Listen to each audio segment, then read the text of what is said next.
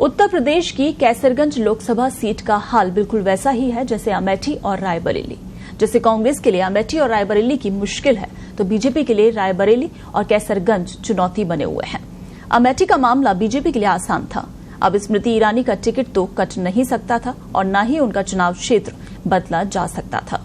रायबरेली और कैसरगंज का हाल काफी मिलता जुलता है, लेकिन बीजेपी के लिहाज से देखें तो एक बड़ा फर्क भी है।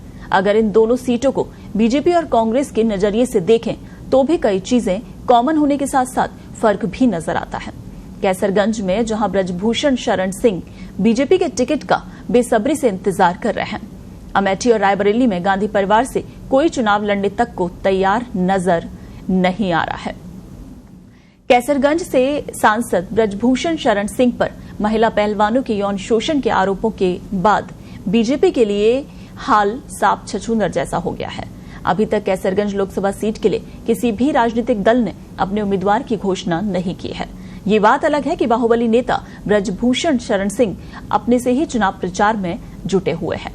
रायबरेली में तो बीजेपी कांग्रेस उम्मीदवार की घोषणा का इंतजार कर रहे हैं, जबकि कैसरगंज के लिए समाजवादी पार्टी बीजेपी की अगली लिस्ट का इंतजार कर रही है।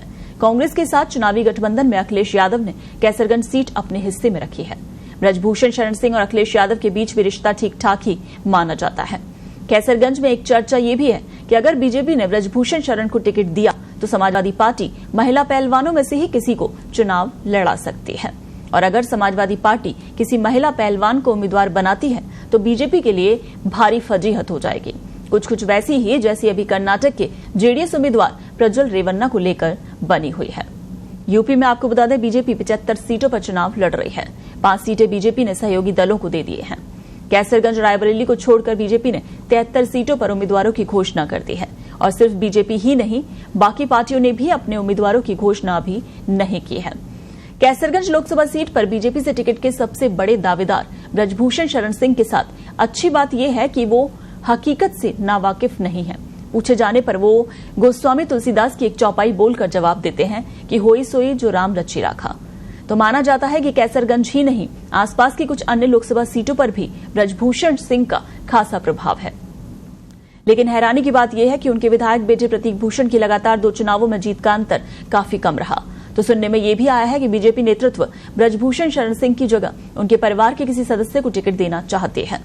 ब्रजभूषण को इस संदेश भी दिया जा चुका है, लेकिन वो अपने लिए ही जिद पकड़े हुए हैं।